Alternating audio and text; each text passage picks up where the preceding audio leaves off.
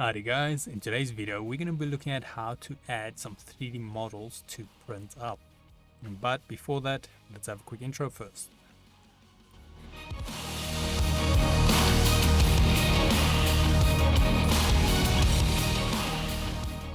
So today's video can be found on softwaretraining.co.za, and we make short and easy to watch problem solving videos, and we also have daily updates. Otherwise, we're back into PrintUP. Now we've already looked at the first two methods of adding graphics. That's the first one, so we go file import graphics, and then the second one is model create word model. Now let's say you actually know how to do 3D modeling and you have your own program. Then if you export your models as STL or OBJ, which is your common ones for 3D printing, you'll be able to add it straight to your project, which is very convenient if you have the skill and knowledge on 3D modeling.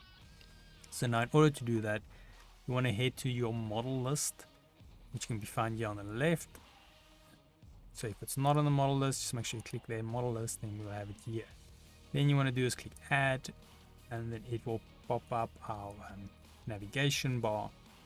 Now, like I said, the two formats that supported is OBJ and STL. As you can see over here, OBJ, STL, I'll just leave it on all supported formats. And this is also the common ones for 3D printing.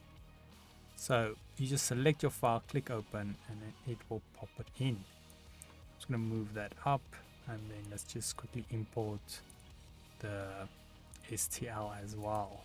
Throw that in there, and then you can see we've got both our models. One has got errors and the other one doesn't, so that's why you can see the difference, and also here same with the red. But yeah, otherwise that is it on importing or adding custom models to PrintUP. Rather simple and easy to do.